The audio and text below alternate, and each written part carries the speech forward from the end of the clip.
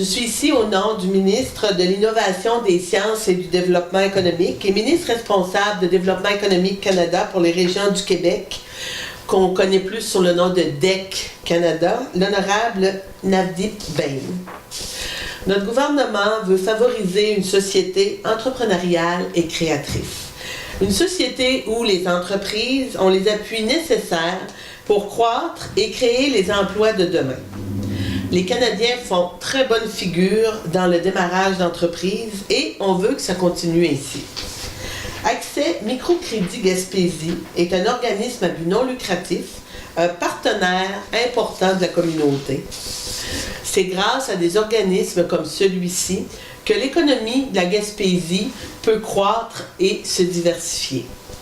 Tous les jours, ces organismes développent le potentiel entrepreneurial des gens d'ici, appuient celles et ceux qui n'ont pas accès au mode de financement conventionnel et améliorent les conditions socio-économiques de la région.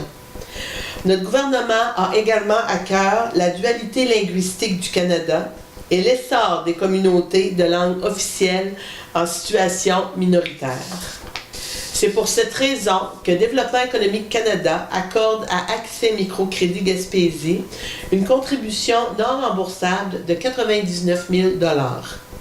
Cet appui servira à aider les entrepreneurs anglophones de la MRC de Rocher-Percé, Côte-de-Gaspé, Bonaventure et Avignon à participer activement à la croissance économique de leur collectivité.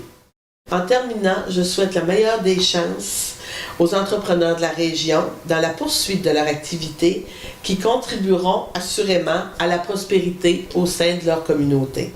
I just want to say that to start off, we are actually aiming to be very proactive with this initiative. An action plan is actually underway now to not only translate our promotional materials and our client documents, but really to map out the entrepreneurs that are English speaking within each MRC. And we really want to get to know them better. We want to better understand their needs. Connecting with them is really the most important thing at the beginning of this initiative, and we feel that this database is actually being created and will be reflected and cross-referenced with our partners and collaborators to make sure we don't forget anyone. We want to actually put a focus on helping and accompanying the English-speaking community with their efforts to adapt to their francophone and bilingual, realities of the region too. That can take shape from anywhere from attending a French-oriented activity that we could help them, attend with. We could help them to go to a meeting with an investor.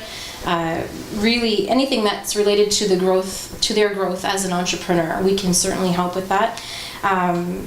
We could look at details that would help expand their client base, and we could also take a closer look at their marketing plan. And what comes to mind is the tourism industry and their positioning within it here.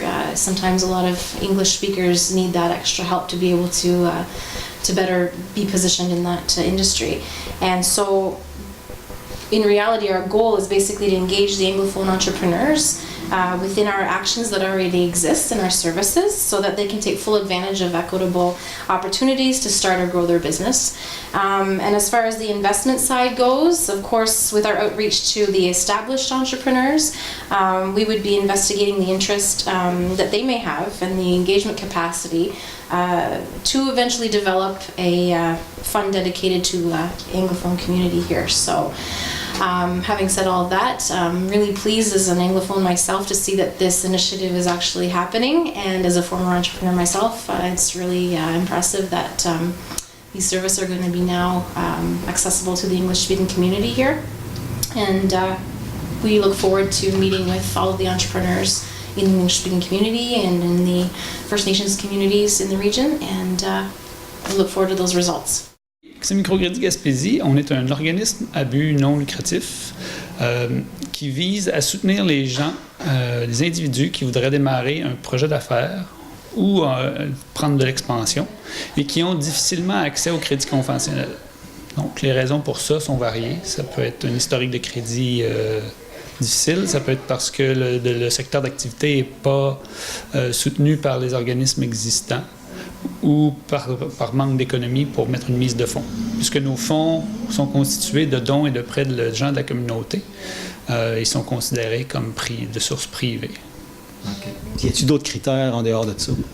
Non. Puis on ne se limite pas à ça, bien sûr. Là. Si des gens, parce qu'on a certains clients qui veulent nous avoir comme source de financement de par la nature de nos actions, là, la communauté qui prête à la communauté. Au financement, bien sûr, on ajoute l'accompagnement qu'on peut offrir aux clients.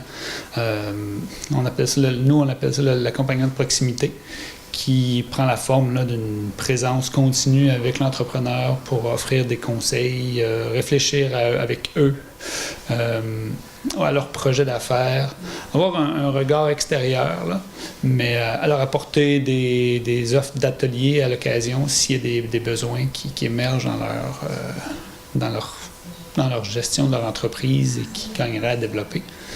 Donc, on s'adapte beaucoup à la communauté. Et au centre de tout ça, c'est vraiment, on met la communauté là-dedans. On essaie de solliciter les forces d'entrepreneurs locaux pour passer le savoir, l'expérience à nos clients qui sont souvent des novices dans l'entrepreneuriat. Et sur le même principe que notre financement là, qui vient de la communauté.